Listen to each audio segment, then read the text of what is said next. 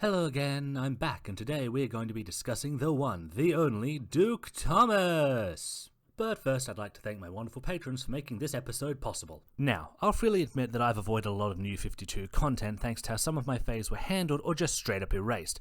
But there's no denying I consider Duke to be something of a lone bright spot who captured my heart, but for the uninitiated, let's cover the backstory.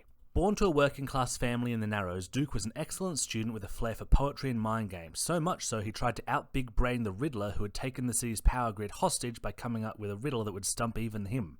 When he was older, he and his parents were kidnapped by Joker as part of an elaborate plan to mess with Batman, and his parents disappeared in the ensuing scuffle. Duke's efforts to find them ran headlong into a foster care system that didn't struggle to be of any use and a police system that didn't seem to care. They were eventually found, but they are still tragically Jokerized. These experiences led to him becoming more rebellious and disrespectful, untrusting of authority. Love that, King, keep it up. Duke's efforts to find his parents had him stumble on a criminal conspiracy and join the We Are Robins movement, a group of teenagers who had taken up the fight against crime in Gotham due to Batman's disappearance due to amnesia, with Duke eventually coming to lead them. Eventually, Batman came back and things started returning to what passes as normal, but Duke didn't hang up the metaphorical cape, coming to train under Batman with many other stories following it, but that's a good primer. Oh, also Duke's a meta with powers over light and later shadow, which when used creatively give him a ton of cool and unique skills, both subtle and extreme, and some great visuals. Okay, now on to point 1. Now, as we are discussing common misconceptions, this usually but not always ends up being a discussion of fanon, be it in fanfics, fan art, or just in general fan reactions and commentary. With that in mind, I and others often find Duke rather heavily excluded from a lot of BatClan content, even when other characters or circumstances introduced around his time are included.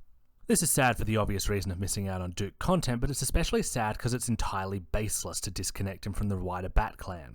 Duke is in fact extremely close to them, especially Cassandra, Jason, and Damian. He straight up addresses Cassandra as his sister and is one of the people closest to her in the new timeline, and their relationship is full of camaraderie and fun. Jason full-on has a nickname for him, Narrows, and acts as a sort of secondary mentor, with the pair often bantering and sharing similar senses of humour.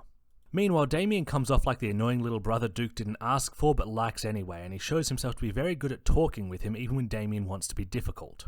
He also gets along pretty well with Bruce, who clearly likes him, and is very emotionally competent, a rarity among this lot.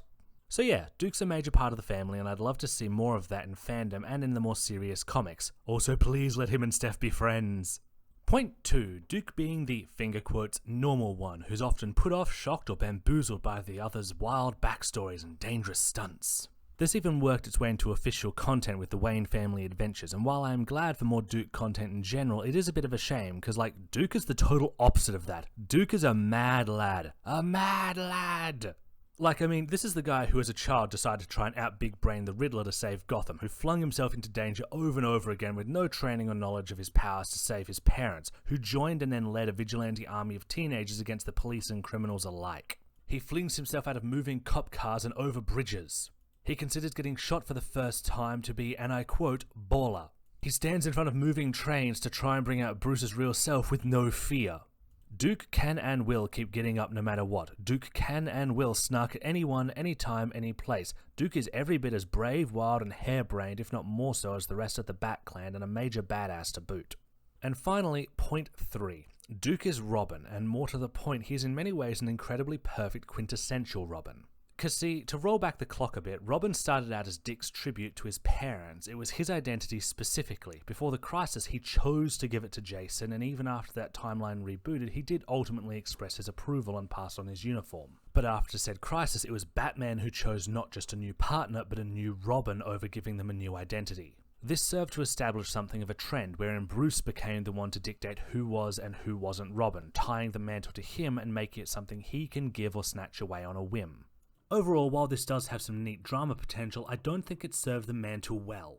And in fact, it gets worse as time goes on as we see what Robin, even in isolation from Batman, means to the public, let alone Jason, Tim, or especially Steph and Damian, as well as to Gotham itself. Robin is the light in the dark for everyone in Gotham. It's a mantle that signals you, yes you and any among you can help save people, that anyone can become a hero.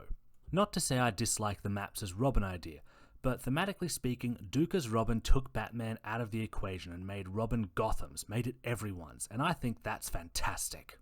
Anyway, that's all for today. As always, if you'd like to help out with these videos, please feel free to swing by my Patreon or my Ko-fi. There you can do stuff like get early previews of my work or commission 3D models. Thanks for stopping by.